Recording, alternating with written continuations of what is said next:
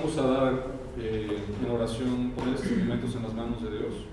Señor Jesús, te damos gracias, Padre, por este tiempo, gracias porque podemos estar juntos y te pedimos, Padre, que tú dirijas lo que se va a dar hoy, Señor, para que seas tú quien habla en nuestros corazones y, Padre, que lo podamos poner en práctica. Gracias por todo lo que nos das, en el nombre de Cristo Jesús.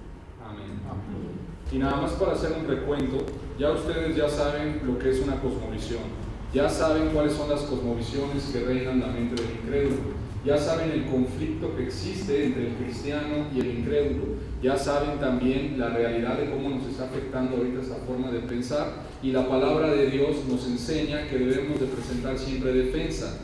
Ahora vamos a ver de manera clara cómo uno se tiene que acercar al incrédulo y cómo se lleva a cabo este encuentro apologético. Vamos a ver el capítulo 8, que es acercamiento al incrédulo. Más adelante vamos a ver esta cita bíblica que ustedes tienen que buscar en su Biblia y subrayar. Proverbios 26, 4 al 5. Dice: nunca respondas al necio de acuerdo con su necedad, para que no seas tú también como él. Responde al necio como merece su necedad, para que no se estime sabio en su propia opinión. Este versículo es el segundo versículo clave. ¿Por qué? Porque este versículo es lo que nosotros traducimos como apologética presuposicional. Esta es la forma en la cual operar cuando uno se acerca con un incrédulo para poder hablar acerca de lo que dice la Biblia, lo que es la realidad y el carácter moral de las cosas. ¿Has escuchado que no puedes usar la Biblia como evidencia con un incrédulo porque no cree en la Biblia? Se dice que se tiene que proveer evidencia extrabíblica al inconverso, porque el inconverso rechaza la autoridad de la Biblia. Cuando tú hablas con alguien que no es creyente, por lo general te dice: no me saques la Biblia, dame evidencia más allá de la Biblia, porque yo no creo en la Biblia como verdad. Este es un primer acercamiento con un incrédulo. ¿Es cierto lo que te está diciendo? Si es así, ¿por qué sí o por qué no? Hay dos argumentos en contra de la fe cristiana que vas a encontrar el 80% del tiempo. Meramente opiniones de la gente que te dice que estás mal y que la Biblia no es la verdad, y el relativismo ideológico. Estas dos cosas es lo que uno se encuentra constantemente en la mayoría de la gente. El relativismo ha venido subiendo en auge. ¿Por qué? Porque es la filosofía actual que impera en el mundo bajo una forma de posmodernidad, donde rechazan verdades absolutas y todo lo vuelven relativo a su punto de vista, ¿no? Si es meramente opinión, no vale nada para un argumento académico y tú tienes que señalarlo. Es una conjetura ignorante. Por ejemplo, escuchamos el argumento de que no podemos confiar en la Biblia porque es un libro muy antiguo. Asume que la Biblia no tiene un origen sobrenatural ni ha sido preservado sobrenaturalmente. Se dice: tenemos que acercarnos a la Biblia como si fuera cualquier otro libro. Esto es lo que opina la gente allá afuera. Te dicen que la Biblia no vale, que la Biblia fue escrita por hombres, te dicen que la Biblia es igual a cualquier otro libro. Pregunta: ¿qué respondes tú como joven cristiano que está dando defensa de que la palabra de Dios es verdad? Una respuesta sabia pudiese ser: no es cualquier libro. Y entonces te va a contestar el que te está cuestionando: bueno, esto es asumir tu conclusión en tu argumento, y se conoce esto como un argumento circular. Estás asumiendo que la Biblia es un libro sobrenatural y yo estoy tratando de probar que no lo es. Entonces te dicen: solamente porque tú digas que es un libro sobrenatural no lo es, estás asumiendo la conclusión de tu argumento. Esto es una falacia que se conoce también como falacia circular, ¿no? O argumento circular. Entonces tú respondes: así es, esta es la naturaleza del debate.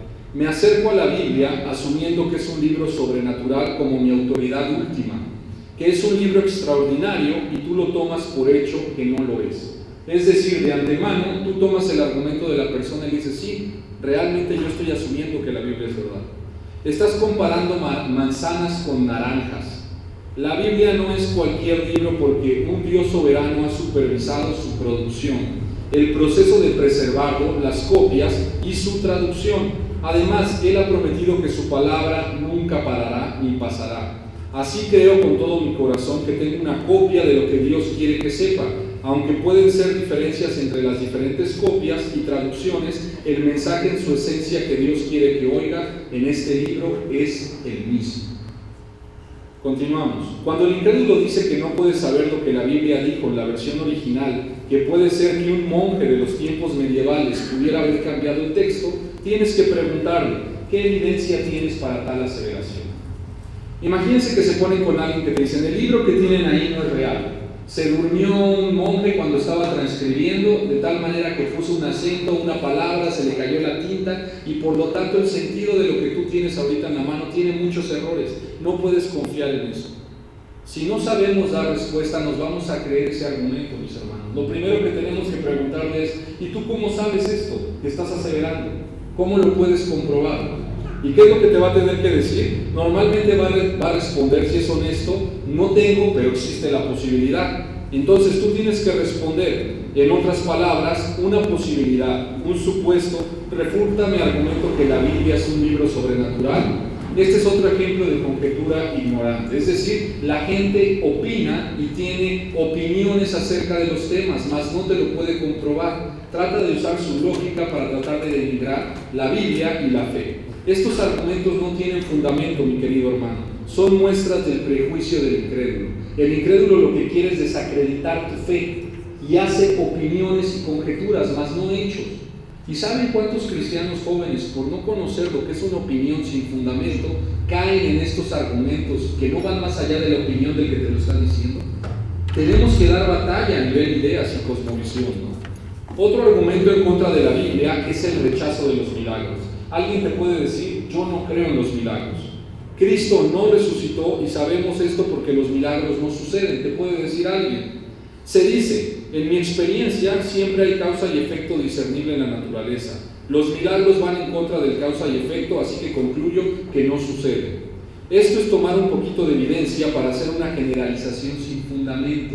Por ejemplo, tú le puedes decir a alguien que puede llover mucho y que puede llover sin parar durante 40 días porque la Biblia lo dice. Y él te va a decir, en mi experiencia yo nunca he visto que una lluvia o una tormenta dure más de 40 días. Entonces no creo que lo que dice la palabra de Dios sea verdad. Eso sería un milagro de que eso pasara todo el tiempo. Entonces, ¿qué te está haciendo? Te está diciendo como una prueba de verdad que él nunca lo ha visto. Ese es su argumento, pero está generalizando. Entonces tú le tienes que contestar a él, ¿no? De esta manera. Puedes preguntarle, entonces tú has visto todos los sucesos en la naturaleza de todos los tiempos. Él te va a responder, pues no, pero en mi experiencia lo que he visto es que no llueva más de 40 días o que el sol se detenga, ¿no? Tú respondes, y fuera de tu experiencia, ¿es posible que haya pasado? O sea, lo que tú no has visto es posible que haya pasado, que alguien se haya levantado de los muertos. Tú dices que la causa y efecto no es reversible, que cuando un cuerpo médicamente deja de latir el corazón, deja de fluir sangre, durante un periodo de tiempo se considera muerta la persona y no puede regresar a la vida. Ese es el argumento de alguien que en su experiencia científica o médica lo ha visto. Y tú le tienes que decir, en otros tiempos y en otros momentos, ¿es posible que haya algo que tú no hayas visto, que haya permitido que pase un milagro? Tú respondes, y él te diría, bueno, si así fuera, sería algo extraordinario. Y tú le dices, exacto. Por eso le llamamos milagro. Continuamos. El punto es que no debes de ceder terreno al incrédulo para nada, especialmente en el área de tus presuposiciones basadas en la palabra de Dios. Hazlo defender su aseveración de la Biblia, que no es sobrenatural. No caigas en la trampa del incrédulo de tratar la Biblia como si fuera cualquier otro libro. Si llega el incrédulo y te dice, ese libro que tú tienes ahí, yo no creo que sea inspirado por Dios. Y si tú quieres decir, bueno, no es inspirado por Dios, pero fíjense que hay una copia, y empiezas con el método evidencialista, lo único que estás haciendo es que cediste terreno, dejaste tu fe de lado. Y recuerden que la primera clave que es no ceder la fe ni las armas, para poder dar una buena defensa por lo que. Primera pregunta del capítulo 8. ¿Qué pasaje específico de la Biblia establece la estructura del doble desafío apologético con el incrédulo? Proverbios 26, del 4 al 5. Apúntale ahí y subráyale. Nunca respondas al necio de acuerdo con su necedad. Llega el necio y te dice, esa no es la palabra de Dios. Y tú dices, ¿en serio? Bueno, es que yo pensé que sí. Si haces eso, le estás respondiendo de acuerdo a qué. Y no estamos haciendo caso de la sabiduría bíblica que está plasmada en Proverbios, mi hermano. Jamás le respondemos al necio de acuerdo a lo que él opina, porque su mente es réproba delante de Dios. Está mal, mis hermanos. Su mente siempre piensa en cómo suprimir la verdad. Y nosotros no le podemos seguir el juego, sino dice bien claro, para que tú no seas como él. ¿Ustedes quieren ser necios o sabios?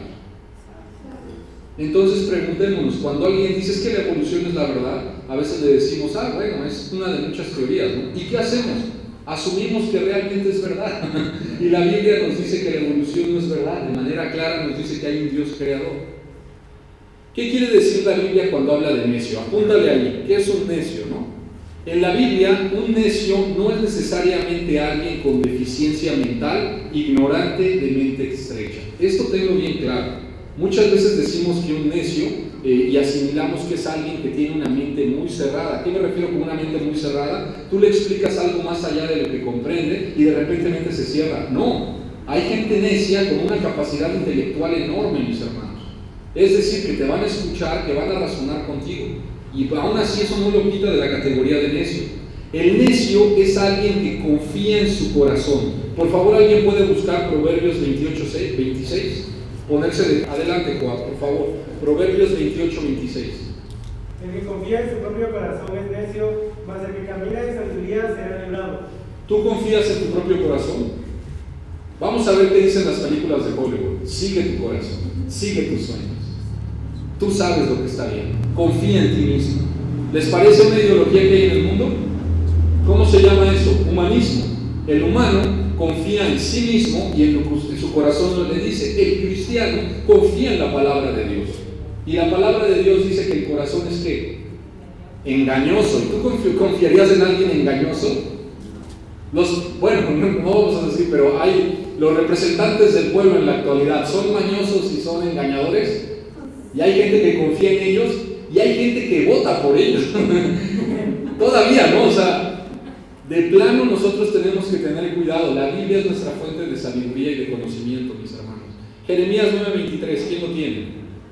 Por favor, se ponen de pie y subrayan los que trajeron la Biblia. Adelante. Así dijo Jehová: no se alabe el sabio en su sabiduría, ni en su valentía se alabe el valiente, ni el rico se alabe en sus riquezas. Mas alabes en esto, en que subiera de alabar, en entenderme y conocerme, que yo soy Jehová, que hago misericordia, juicio y justicia en la tierra, porque estas cosas quiero, dice Jehová. ¿En quién nos debemos entonces de confiar y de gozar? En Dios, ¿no? ¿Cuántos se gozan en sus riquezas como los necios? ¿Cuántos confían en sí mismos, lo que ellos han tenido y terminan mal, ¿no? Bueno, el necio es alguien que rechaza a Dios en su corazón, según Proverbios, y dice, el recurso final de sabiduría y de verdad. El necio ha dicho en su corazón, no hay Dios. Salmos 14:1, por favor, y otra persona, Salmo 53:1. Dice el necio en su corazón, no hay Dios, se han corrompido, hacen obras abominables, no hay quien haga el bien. Ni siquiera uno, ¿no? Dice ahí la palabra. ¿Cuántos conoces tú que dicen no existe Dios? ¿Cómo le llamamos a eso en filosofía? Ateo. Teos quiere decir la raíz para Dios y a quiere decir sin. Entonces es alguien que vive sin Dios, que no reconoce que Dios existe. Entonces una característica de ser necio es que no reconoce que está Dios. Cuando hablas con una persona que sí cree que Dios existe, hay un punto en común. Cuando dice que no, estamos separados. Continuamos. 53:1, ¿quién lo tiene? Por favor, Salmos 53:1. Adelante. Dice el necio en su corazón, no hay Dios, se han corrompido e hicieron abominable maldad, no hay quien haga bien. Vemos el Salmo en dos partes, en el 14 y 53, que se repite la misma decisión, referencia del necio. Es un necio porque el temor del Señor es el principio del conocimiento, nos dice Proverbios 1:7. ¿Quieres ser alguien que conozca? Tienes que tener temor de Dios. Los que no tienen temor de Dios pueden adquirir conocimiento, pero es un conocimiento erróneo, porque no pueden reconocer la fuente de donde proviene. Y de la sabiduría, Proverbios 9:10, ¿alguien tiene Proverbios 9:10 ahí? Van viendo ahí en pantalla los versículos, les invito a que los vayan buscando para que podamos ir acelerando el siguiente versículo que vamos a ver, ¿no? Entonces, Proverbios 9:10, ¿quién lo tiene? Adelante. El temor de Jehová es el principio de la sabiduría y el conocimiento del Santísimo es la inteligencia. ¿Tienes temor de Jehová? El que es necio, no. Si tú no tienes temor de Jehová, haces lo que quieres, si tú sigues los impulsos de tu corazón, si tú no le das la gloria a Dios, pues ya vamos definiendo qué tipo de perfil dice la Biblia que eres, ¿no? Pero si tú sí lo tienes, eres un hijo de Dios y estás empezando un camino de sabiduría. Continuamos. Muchas veces el necio es una persona brillante y respetable delante de los ojos del mundo. Por más necio que sea y que rechace, puede que llegue a ser respetable. Profesores, académicos, literatos. ¿Qué otra figura? Políticos, empresarios que niegan a Dios, que confían en otras cosas, pero que son reconocidos y respetables a los ojos de la comunidad. A los ojos de la Biblia y de Dios no, pero de la comunidad tal vez sí, porque ellos tienden a endiosar a los que tienen las mismas ideas que dominan sus mentes. Continuamos entonces, por favor, con Romanos 1:22. ¿Quién lo tiene? Profesando ser sabios, se hicieron necios y cambiaron la gloria de Dios y corrompible en semejanza de imagen De hombre corruptible.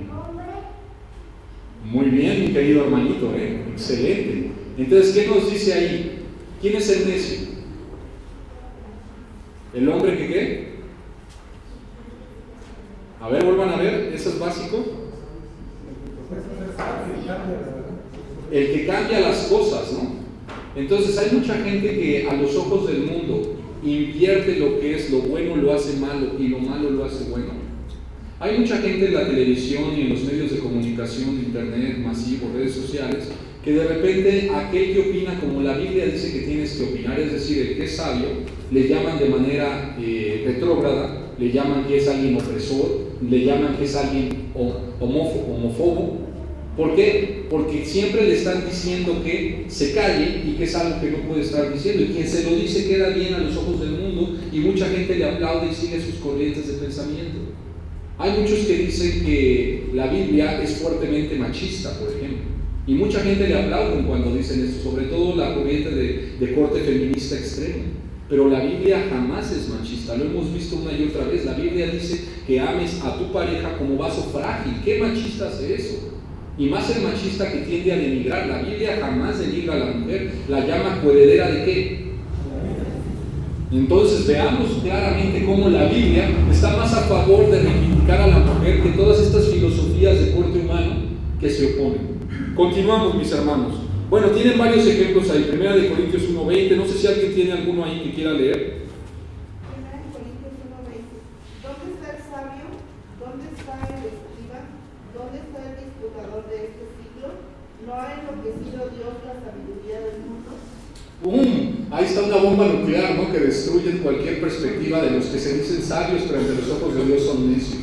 ¿Te acuerdas en cuestiones bíblicas, hablando de pasajes, cuando hijos de Dios tuvieron que estar frente a los sabios de los reyes, frente a los entendidos, que el mundo llamaba que eran los entendidos, y Dios los avergüenza y los deja en ridículo? Sí, díganme un ejemplo que ustedes recuerden. Pablo, José, Daniel, todos ellos, confiando en Dios, tienen sabiduría divina, y la sabiduría del hombre, por más colegios, doctorados, postdoctorados, estudios en las universidades más fuertes de Egipto, de Asiria y de la época, Dios, dirían mis cuates, los pone en evidencia, ¿no? Y les hacen los mandatos, ¿no?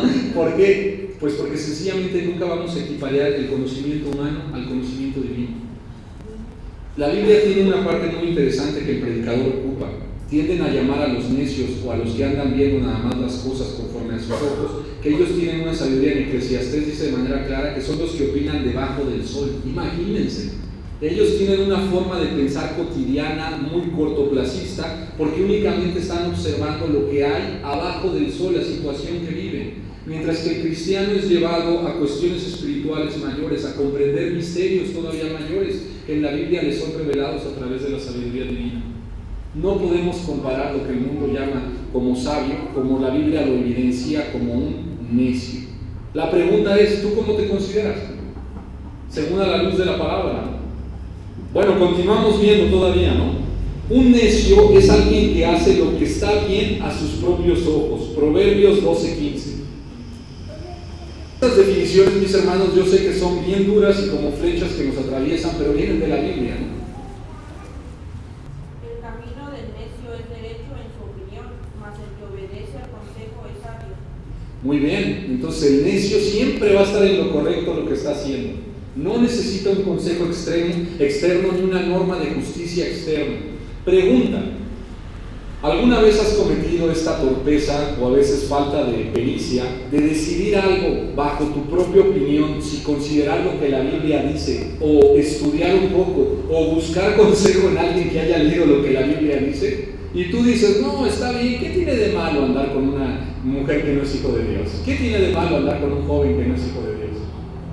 Y como no leemos la Biblia y la aplicamos diariamente, la Biblia es para ser usada todo el tiempo, es el libro más importante, nos da vida y nos da una sabiduría impresionante, mis hermanos.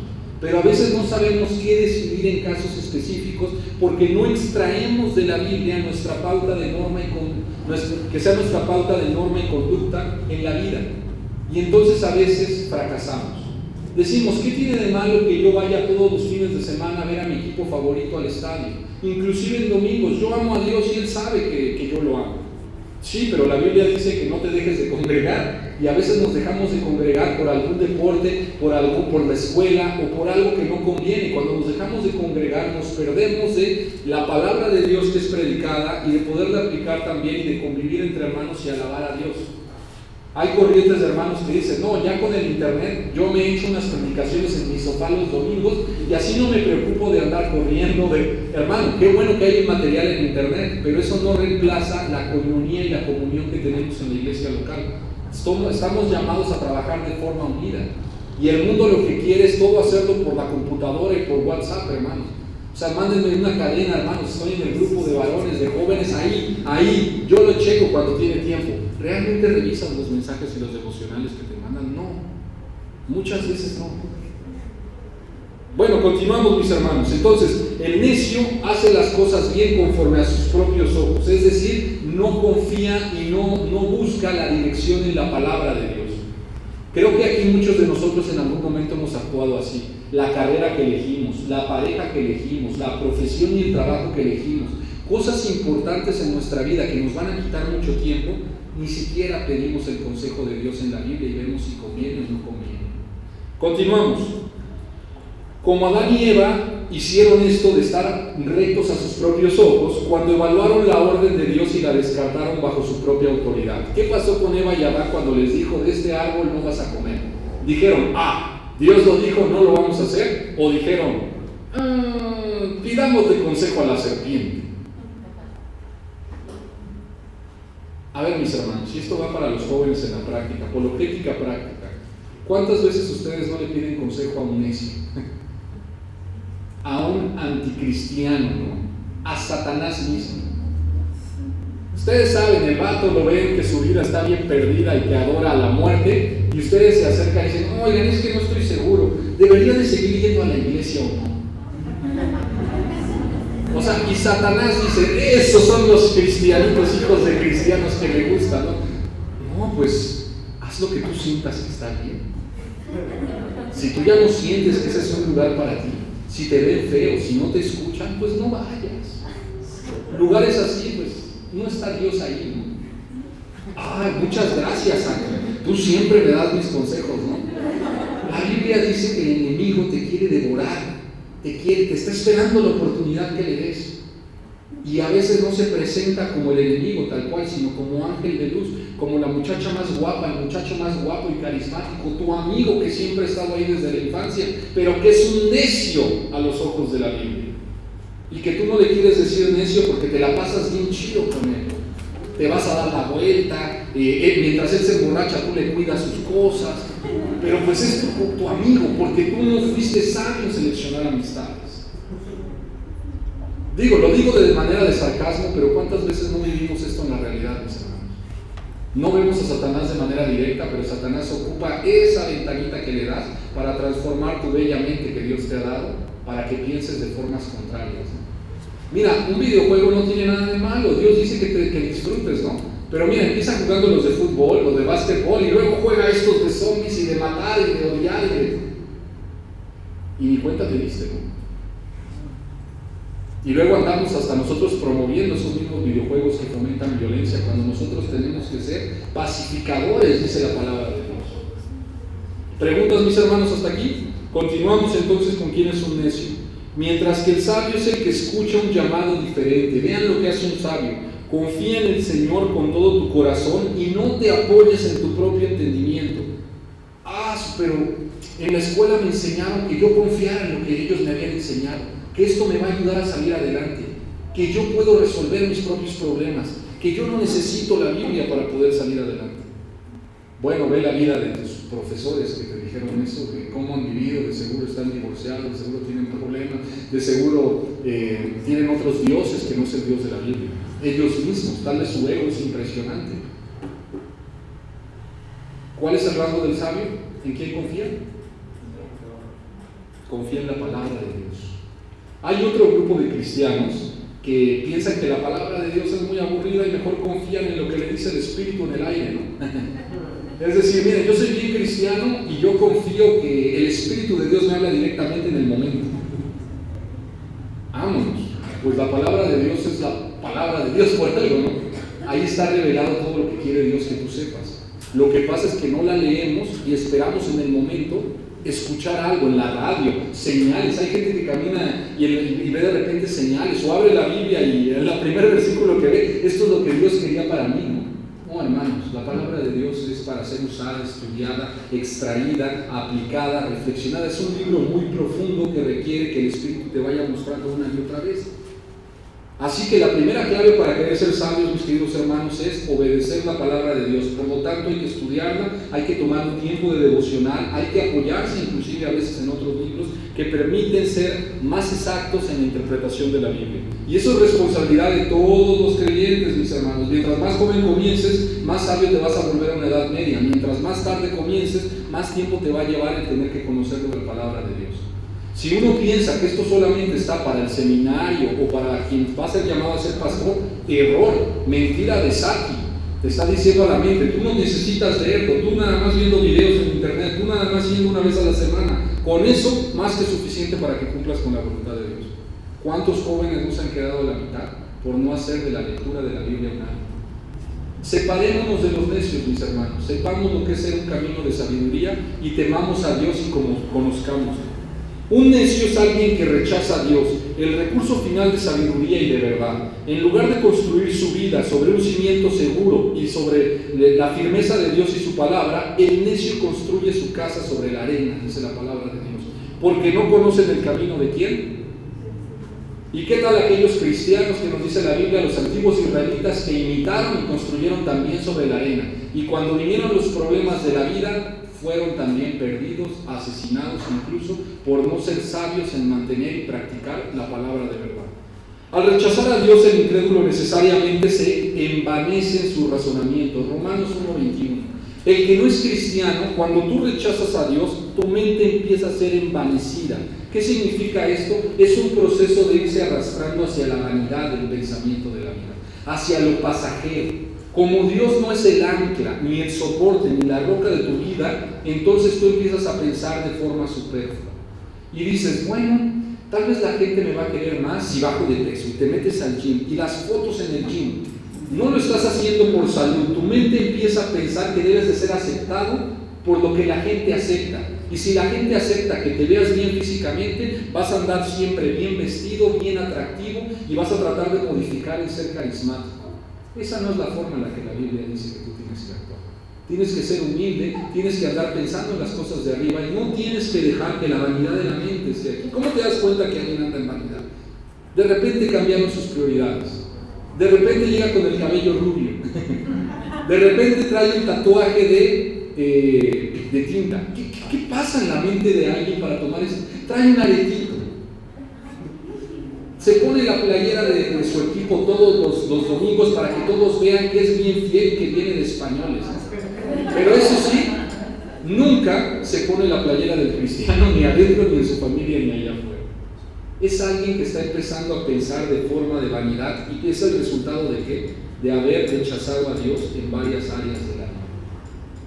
¿Nos pasa eso a nosotros? ¿Queremos agradar al hombre? ¿Estamos empezando a pensar de forma vanidosa? ¿Nos estamos envaneciendo? Porque ¿quién le puso a los ojos del incrédulo esa parte que no le permite ver la luz de Dios? El enemigo. Pero el enemigo también va a tomar autoridad sobre ti si tú se lo permites. Si tú empiezas a pensar y a practicar y a alejarte de Dios.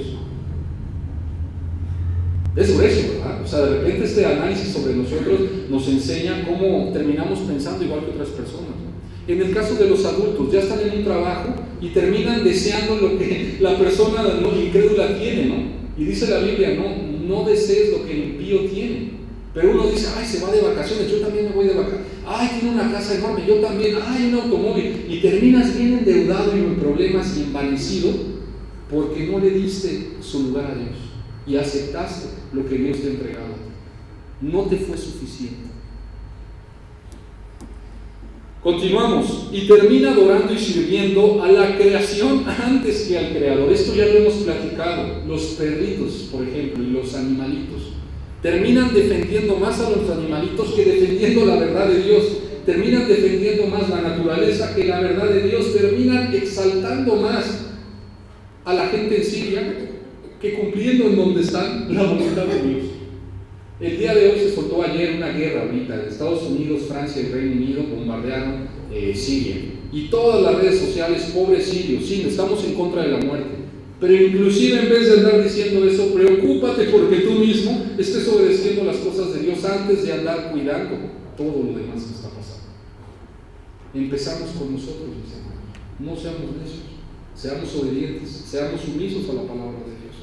La teoría científica de la evolución ve al universo como su propio creador, es decir, los evolucionistas no piensan que Dios creó el universo, ellos piensan que de la nada se juntaron gases, partículas que no existían, que les llaman antimateria, y de repente hubo una explosión, y con el paso del tiempo esa explosión lanzó pedazos de tierra incandescente y se fueron estableciendo en un universo que salió de la nada, y de tal manera empezaron a tener un orden, y luego llegó la vida al planeta Tierra y terminó después de millones de años siendo evolucionando hasta que llegamos a ser lo que somos ahora. Dicen que se necesita más fe para ser un evolucionista que para ser un cristiano, ¿no? Porque necesitas creer en millones de conexiones que se dieron a lo largo del tiempo para justificar lo que está pasando ahorita, ¿no? Continuamos. Con este poder creativo autosustentable, el universo se convierte efectivamente en Dios. Por eso los evolucionistas tienden a ser ateos y tienden a ser necios, porque no reconocen la palabra que explica el origen del hombre. El físico reconocido mundialmente que acaba de fallecer, Stephen Hawking, escribe en su modelo cosmológico lo siguiente: no habría ninguna singularidad en las leyes de la ciencia se rompieran y ningún borde espacio-temporal en el que alguno tuviera que apelar a Dios o a una nueva ley para establecer las condiciones de límites espacio-temporales.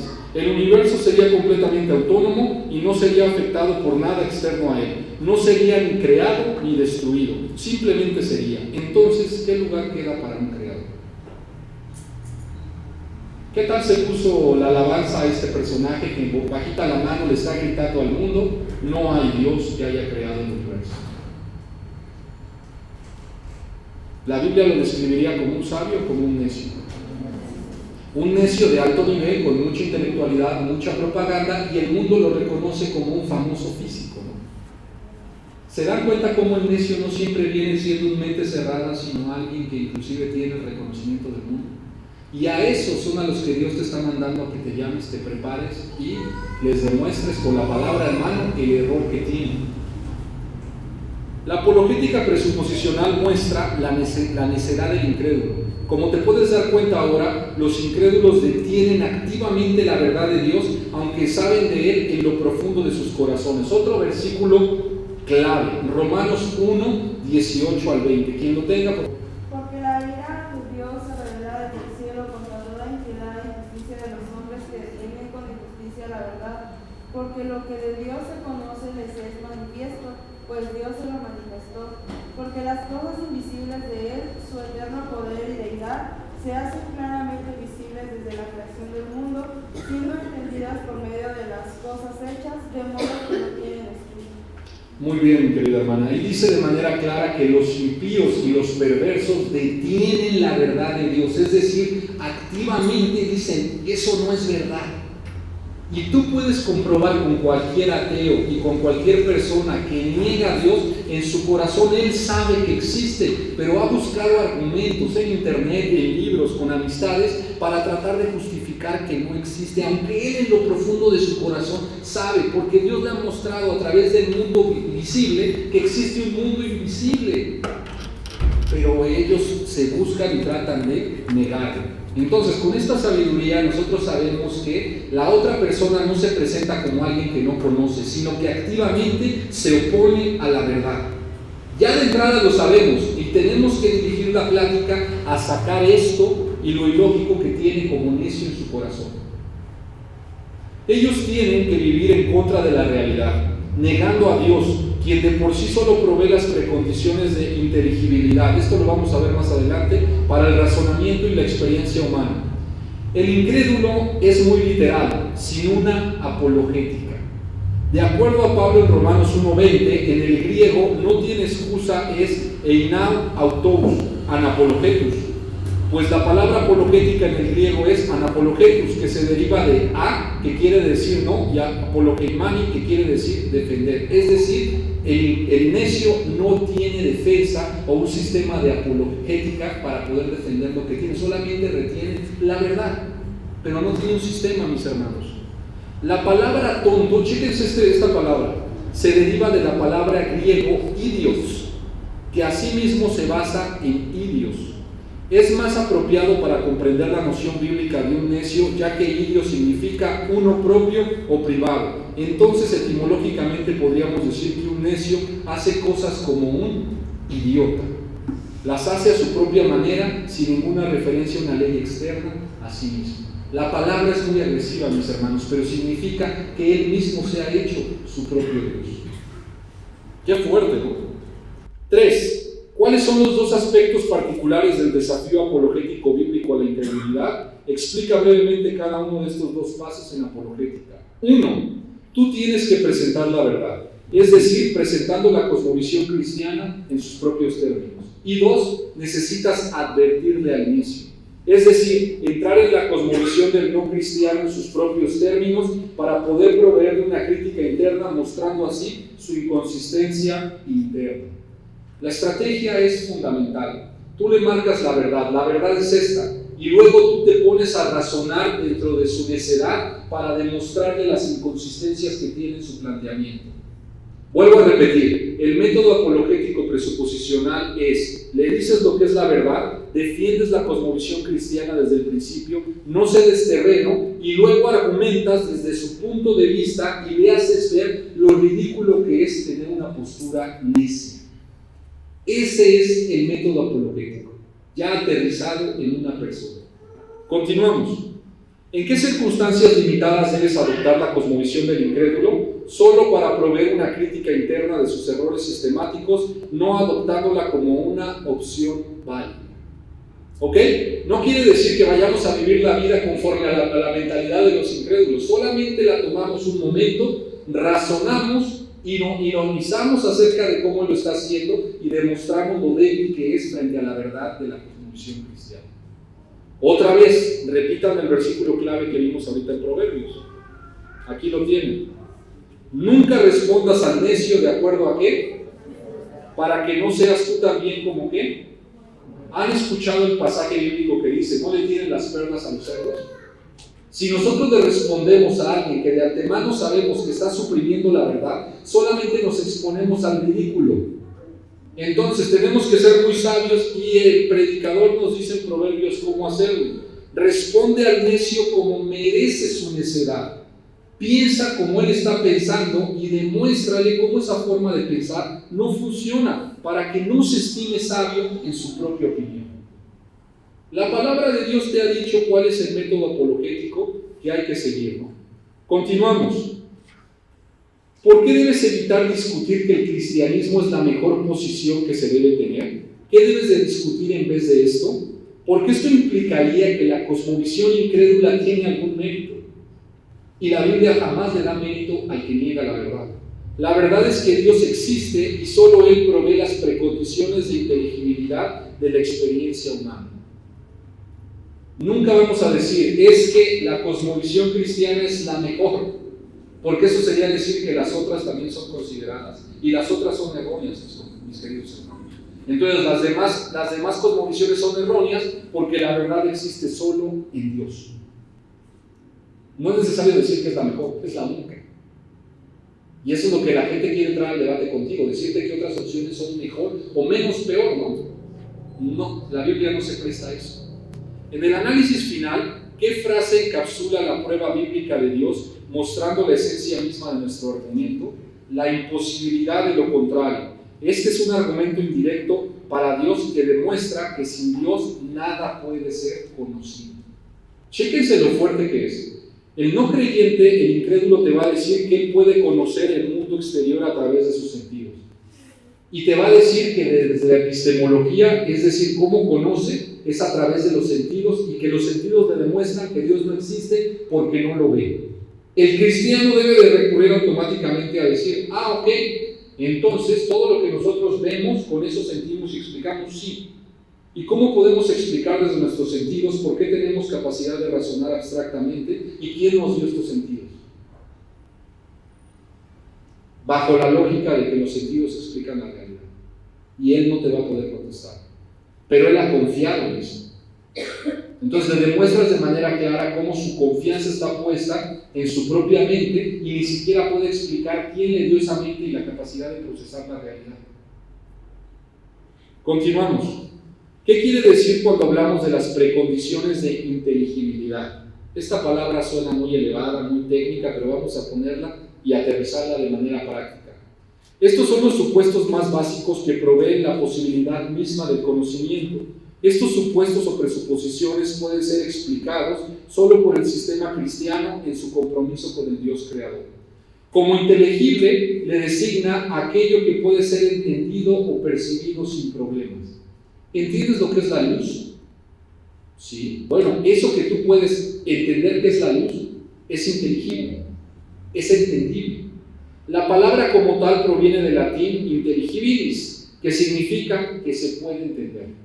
En este sentido, como inteligible también se designa aquello a lo que solo se puede acceder a través del conocimiento, es decir, con el intelecto y sin mediación de los sentidos, de allí que se oponga a lo sensible.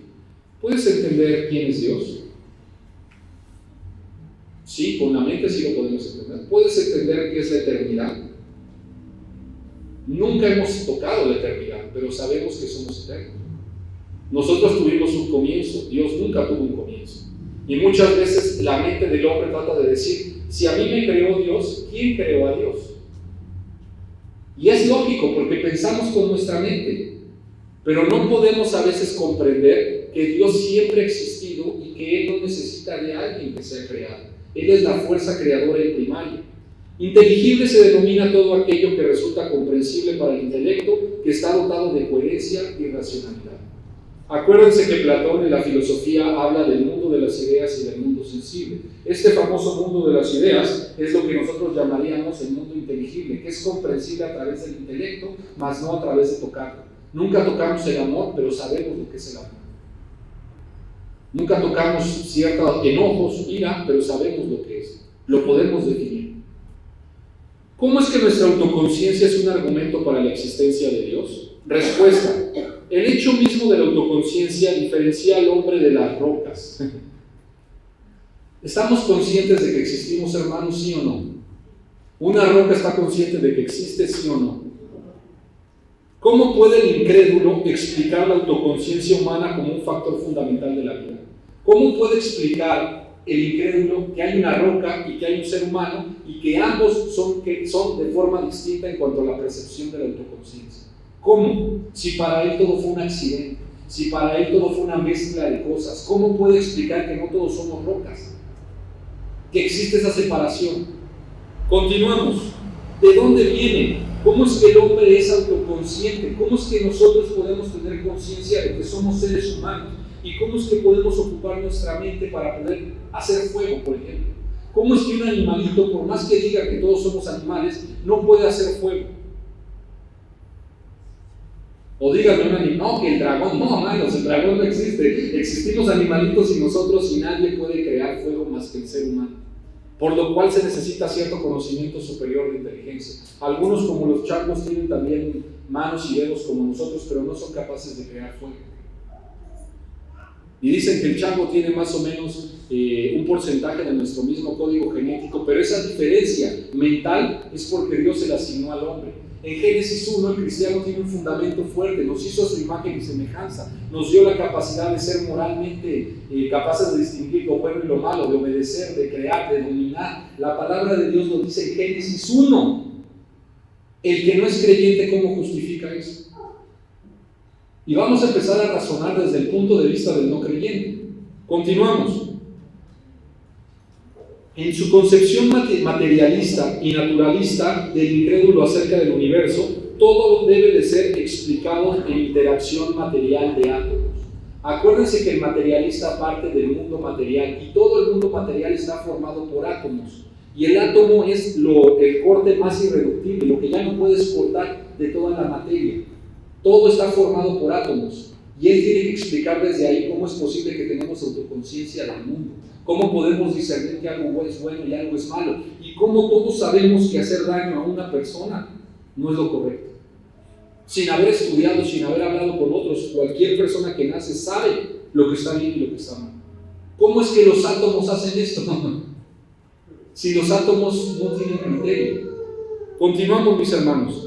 Señala que esto nos obliga a vernos a nosotros mismos como simple materia en movimiento. El materialista solamente nos ve como átomos y materia caminando, sin valor. ¿Por qué? Porque todo tiene átomos, entonces todo vale lo mismo. ¿Entiendes por qué hay personas que toman que el animalito y el árbol tienen el mismo valor que tú? Mientras que Dios dice que la joya de la creación fue el hombre. Lo creó al final, primero generó todo el paisaje y el escenario y vino y dio la vida por tu perrito y por tu pececito o por el ser humano. Pero tú dices, es que mi pececito vale lo mismo que un ser humano, es que cómo voy a comer carne si los animales valen lo mismo que el humano. Y empezamos a dialogar desde la perspectiva de el no creyente, el incrédulo, en vez de tener argumentos bíblicos consolidados, ¿no? Continuamos. Pregúntale cómo es que la materia puede estar consciente de sí misma. Aquel que es incrédulo y que te dice que todo es material y que no existe un creador, bueno, ¿y cómo es que la materia puede estar consciente de que es materia? ¿Cómo es que nosotros podemos saber que somos materia y la roca no sabe qué es roca? Argumentos que van a venir, es que nosotros tuvimos una evolución de más tiempo y la prueba y error nos fue enseñando de tal manera que sabemos distinguir. ¿Cómo es que sabemos distinguir? ¿Quién puso esa habilidad en nuestra vida? Continuamos. ¿Qué visión del mundo hace conciencia de sí misma de una manera inteligible? Pídele al incrédulo que te explique de dónde viene la materia inerte, después cómo se convirtió en materia viva. A ver, ese cambio de ser arena, de ser polvo y de pasar a ser una mente que puede procesar, ¿cómo se dio? A ver, explíquemelo usted, ya que dice que todo viene tal cual, ¿no? Ahí tengo una piedra, ¿y cómo es que esta piedra pasó a ser un ser humano pensando? ¿Cómo es posible que en este mundo que tú me pintas de hace trillones de años, que era caliente, que tenía erupciones por todos lados y gases, de repente de ahí salió la vida? ¿Cómo pasó de ser polvo y tierra a ser algo? Es que se enfrió. Ah, no, pues mira, yo en mi casa tengo lo mismo, y menos pensar que tiene juicio sobre lo que es correcto. Es que es un proceso de miles de millones de años. Híjole, tú tienes más fe que muchos hermanos que van a la congregación. Ya me has dicho cosas maravillosas de que la antimateria se juntó y creó y explotó y que coincidieron y que luego después de mucho tiempo se enfriaron. ¿Quién creó el frío y el calor? No, quién sabe, pero tú crees que ahí está creado y que luego estas rocas de repente de ahí salió vida. Y que esta vida fue cambiando de formas a lo largo del tiempo hasta que llegamos a ser tú y yo, ¿no, hombre? O sea, ¿se dan cuenta cómo el argumento en sí mismo no es explicable? Continuamos, mis queridos hermanos.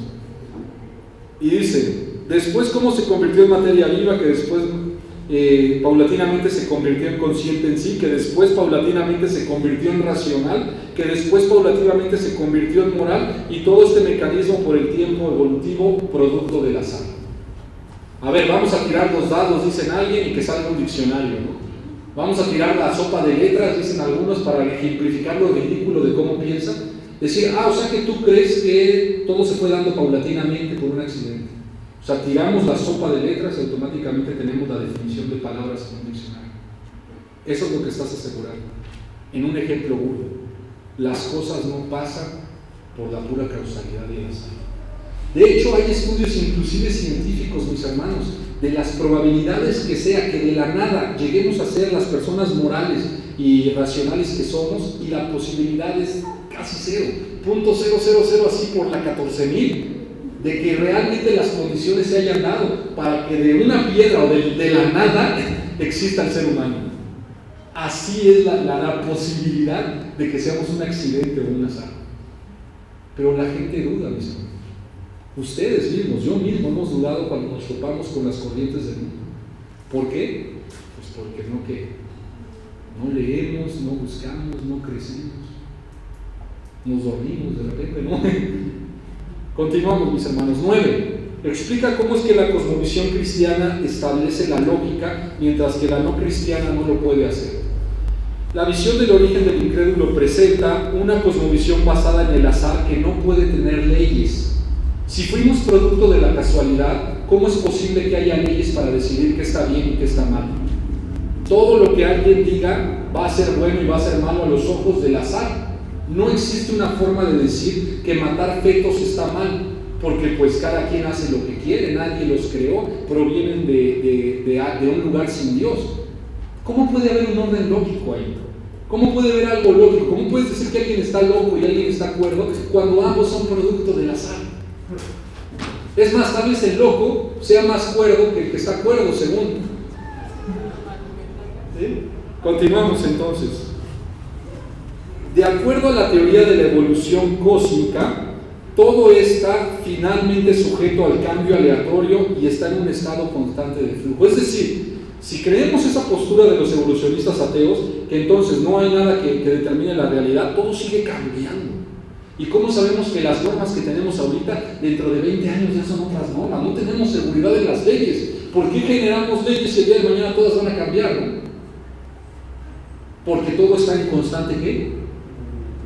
Movimiento y cambio, nada parado, sigue todavía. O sea, ellos mismos no pueden justificar desde su cosmovisión la sociedad a la cual se someten y conviven.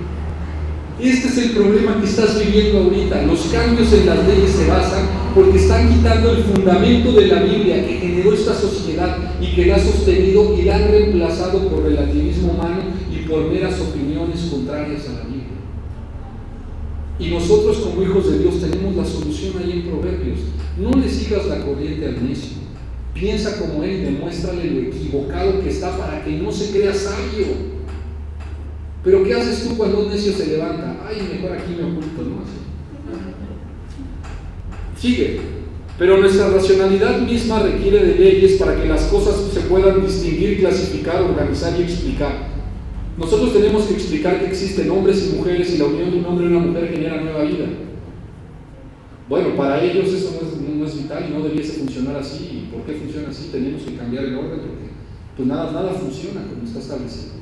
La familia no debe de ser familia, la propiedad no debe de ser propiedad, Dios no debe de ser un solo Dios. Cambiemos y hagamos todo desde nuestra necedad en nuestro corazón, porque decimos no hay Dios. Construyamos nuestro propio mundo con nuestras leyes y lógicas y juguemos a ser dioses, ¿no? El proyecto que se inició en la Torre de Babel se sigue construyendo en el corazón de los incrédulos y siguen haciendo una sociedad que ha rechazado activamente los principios de Dios y están fracasando y fracasarán, hermanos,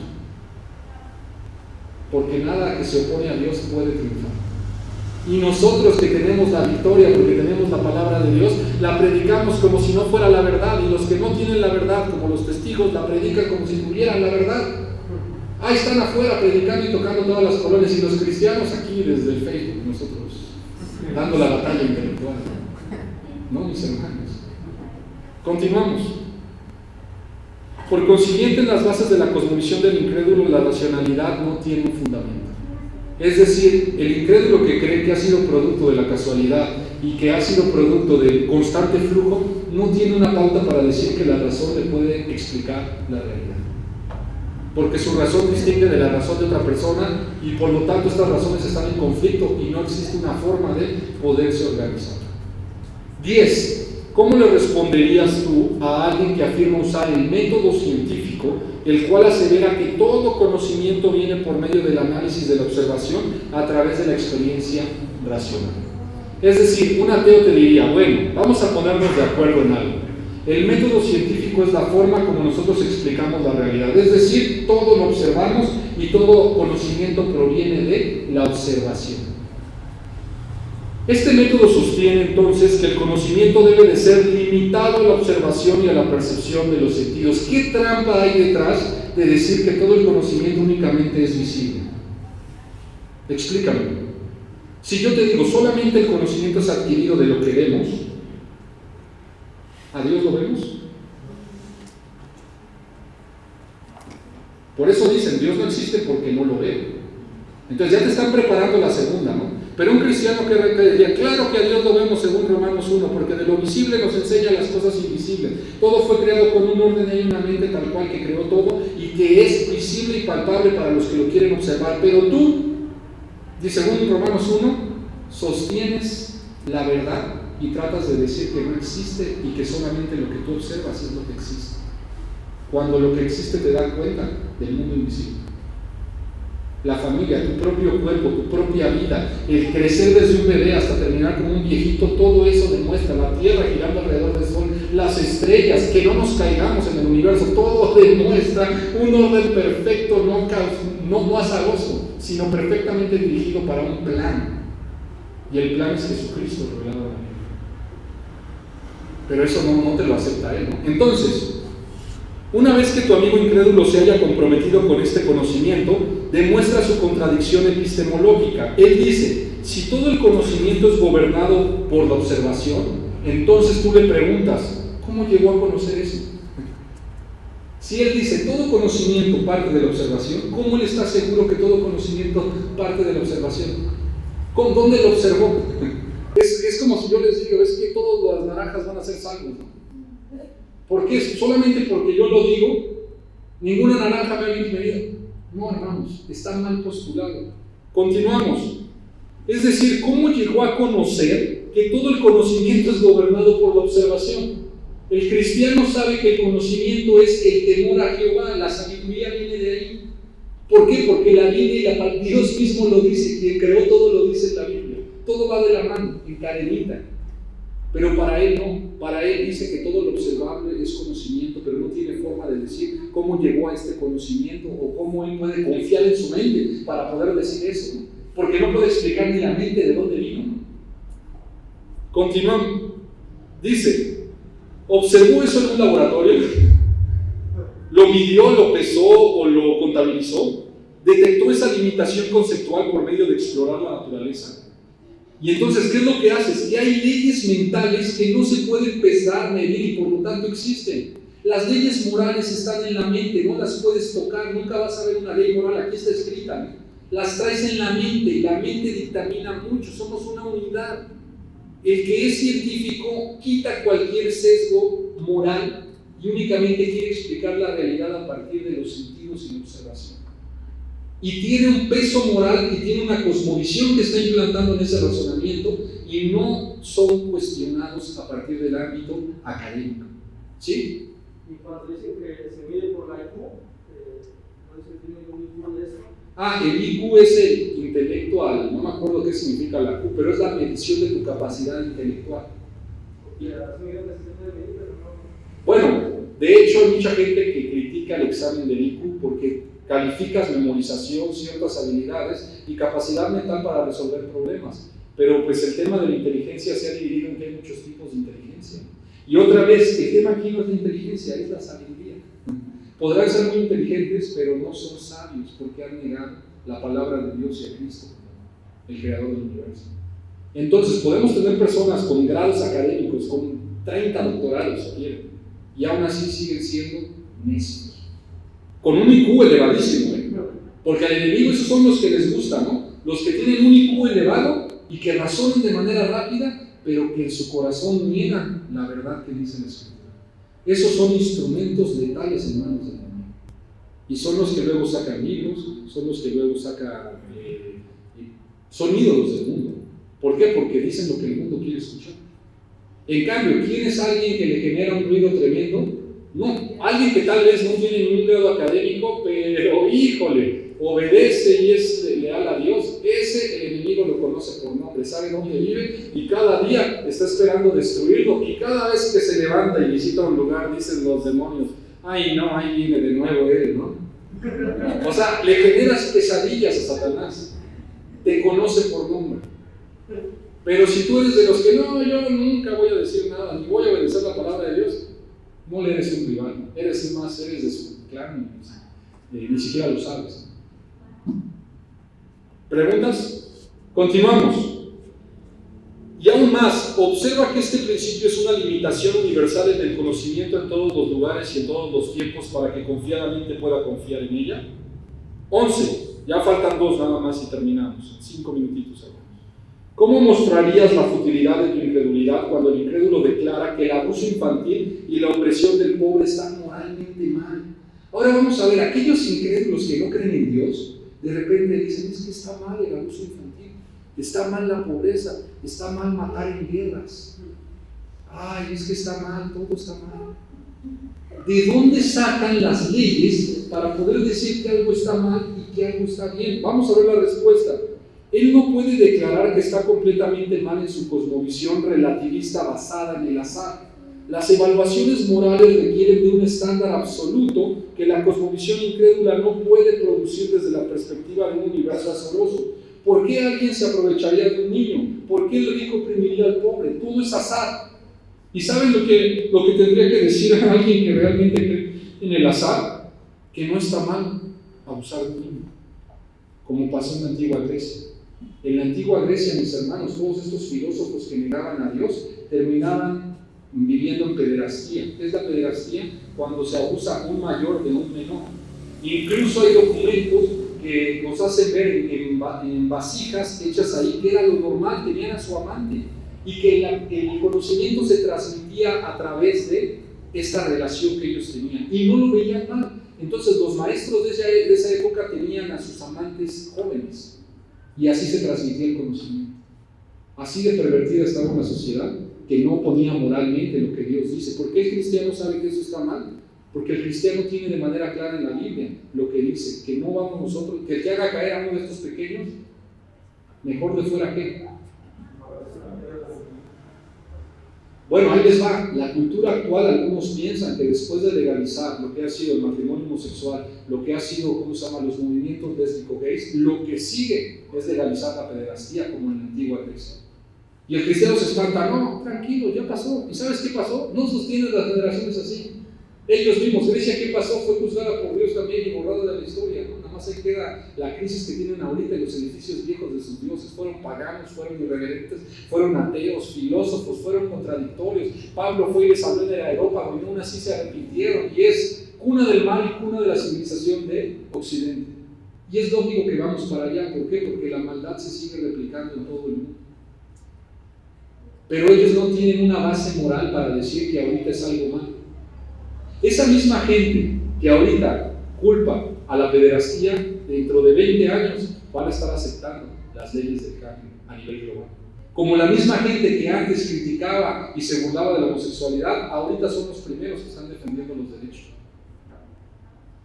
Aquellos que se oponían y que defendían el matrimonio son los primeros que ahorita quieren ser divorciados y no tener responsabilidad con sus exmujeres y sus hijos y poder volver a vivir la vida loca. Así de fácil cambia una persona que no tiene un fundamento absoluto en la Biblia. Y como la Biblia la están quitando y criminalizando en todos los países, prepárate. Continuamos.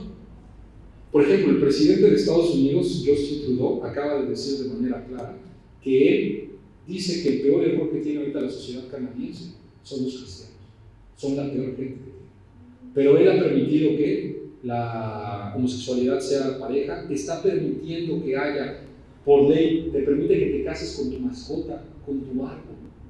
Pero eso sí, los cristianos son lo peor de la sociedad.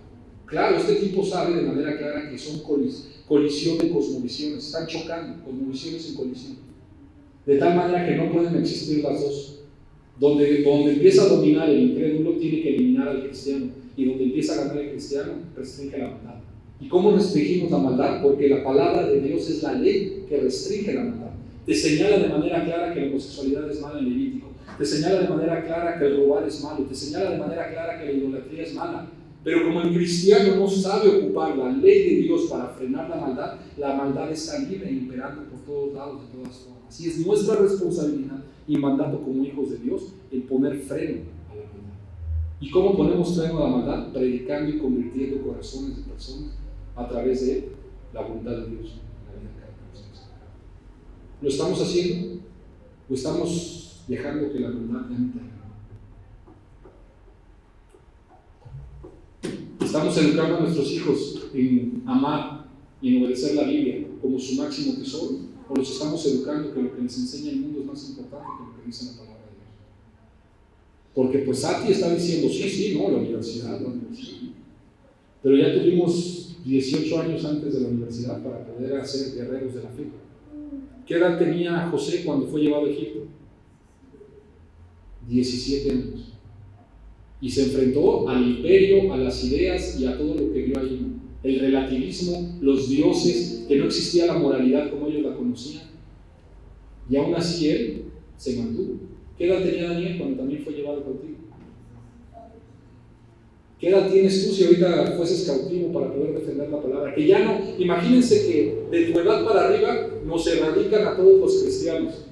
Y quedas tú nada más. ¿Perseverarías la verdad absoluta de la palabra de Dios y la continuarías o dirías, oh, pues ni modo? Era la voluntad de Dios, Él controla los tiempos. No, ¿sí, no? Ponte a pensar, ¿qué tanta convicción tienes? Porque persecución se puede desatar en cualquier momento. Y tal vez no nos volvamos a ver en mucho tiempo y no tengas a alguien con una mayor madurez y tú seas el que tenga que enseñar eso. ¿Estás preparado para dar batalla también a todas las ideas de todos los que saldrían a un tiempo terrible en ese momento? Dios nos libre de esas cosas, ¿no? Pero si nos llegase a tocar, para eso son estas conferencias, mis hermanos, para que tú entiendas la urgencia que es el vivirlo y también el salir. A tu edad te estaba dando batalla jóvenes en la fe y murieron hasta más grandes que tú, ¿no? Pero eran respetables y admirados, y tenemos los libros ahí de cómo hubo gente que se mantuvo y que a edad joven dio una buena batalla. Esos son nuestros ejemplos, mis hermanos.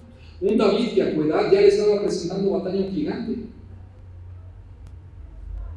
Continuamos. En la apologética bíblica, todos los hechos testifican de Dios, aún la existencia de una flor. Varios problemas surgen al considerar una flor. Uno, el incrédulo no puede explicar lo material. ¿De dónde provino la flor? ¿Por qué hay una flor y por qué hay un ser humano si todos somos producto del azar? Siguiente, no puede explicar la inducción, es decir, es incapaz de explicar la historia de la flor y su desarrollo. No sabe de dónde proviene, cuál es el fundamento y por qué sigue avanzando, ¿no? Debido a que su sistema es materialista y el proceso de inducción no lo es. Es decir, él no puede explicar de dónde proviene el proceso mental para explicar de dónde proviene la flor. Ya lleva 2-0, ¿no? El pobre, el incrédulo. No puede explicar la concepción de la flor, la cual requiere de la lógica para poder siquiera hablar acerca de las flores, de donde se requieren los universales para explicar la palabra flor y la palabra tierra. No puede explicar cómo en su mente existe el concepto flor y el concepto tierra, porque todo es producto de la casualidad y no sabe de dónde provino esta habilidad de poder identificar las cosas mentalmente. Él te dice que fue producto de la casualidad, pero alguien dice, oye, pero la misma casualidad generó un perrito, generó un pez, generó una flor. ¿Por qué? No lo puede explicar. 4. No puede explicar los valores. ¿Qué hacemos con las flores? ¿Cómo puedes decir que una flor cortada es algo bueno o algo malo? No puede. Eso requiere una ley moral y no sabe de dónde explicar su moralidad, ¿no? 5. No puede explicar la adaptación de la flor al medio ambiente. ¿Por qué se relaciona con algo más en el mundo aleatorio? ¿Por qué pueden las cosas existir a mi ser convenientes para mis propósitos? ¿Por qué una flor puede existir para poder oler, para poder que se vea bonito? ¿Por qué? No puedo explicarlo. Continuamos. 7.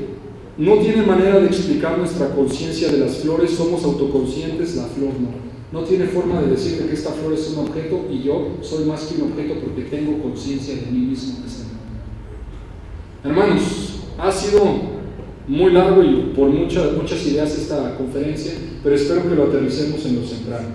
Cuando nosotros nos acercamos al incrédulo, el incrédulo sabe y niega la verdad, y el negar la verdad lo deja endeble, y esa es la oportunidad que tenemos para razonar con ellos. Razonemos desde su punto de vista y demostremos de las inconsistencias que tiene el razonar así. Se los expliqué en una clase y les pongo un ejemplo, porque vamos a regresar a eso ya casi al final. Cuando tú lo dices, ¿por qué matar a bebés está mal? ¿Por qué el aborto está mal? Y él te dice, pues no está mal. Tal vez aquí esté mal, pero en otros lugares del mundo no. De tal manera que ellos tienen la misma razón para decir que no está mal. Y pues son costumbres, es lo que te dice la gente. Y tú dices, ok, si tienen costumbres, desde tu lógica, si alguien viene y te mata a ti, ¿está mal? Ah, sí está mal. De repente cambia. Si alguien viene, te roba, te hace un daño, abusa de ti sexualmente, ¿está mal? Claro que está mal. Oye, pero tú acabas de decir que tal vez en otras partes del mundo sea por costumbre. ¿Cómo no? Moles, ¿no? En ese momento le acabas de aplicar la de Proverbios. Estoy razonando como tú por un momento para explicarte que algo es malo, no porque tú lo digas o porque otra persona lo diga, sino porque Dios lo dice. Esa es la razón de que las cosas son buenas y son malas, no el hombre, porque el hombre cambia de civilización en civilización. Otra razón básica, es que esto yo lo aplico de cajón con los estudiantes y es la matadora, ¿no? Es que profesora, sí, la apologética te sirve para cortar cabezas en 2 segundos, le tiras una bomba atómica y ya se va con todo su mundo destruido, ¿no? Es bonito ver cómo de repente los estudiantes que antes pensaban, ya no tienen seguridad en su humanismo, ¿no? Porque te dicen, no, profesor, es que ese Peña Nieto es bien rateo, ¿no? Ah, es bien rateo, ¿a ti no te gusta que roben? No, no me gusta que roben, ok. ¿Y en base a qué decimos que está mal, no? O sea, no, es que yo veo que lo que hace está mal. Sí, pero Peña Nieto no tiene valores morales y por eso hace lo que hace. Tú sí tienes un valor moral, crees en Dios. No, no creo en Dios, pero está mal. ¿De dónde sacas que está mal el robar? Si Dios o una... No, de la Constitución. Ay, los que hicieron la Constitución no están robando.